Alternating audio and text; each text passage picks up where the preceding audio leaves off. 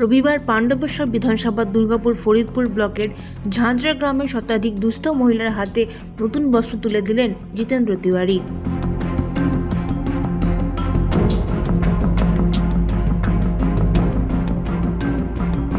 বিধানসভা ভোটের সময় নরেন চক্রবর্তী যাতে জিততে পারে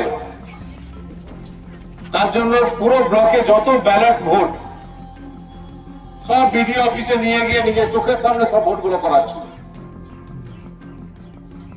যারা মারা গেছে তাদেরকে গ্রাম থেকে খুঁজে নিয়ে এসে তাদের ভোটগুলো করিয়েছিল যাতে নরেনকে জেতানো যায়, যাতে মমতা বন্দ্যোপাধ্যায়কে জেতানো যায়।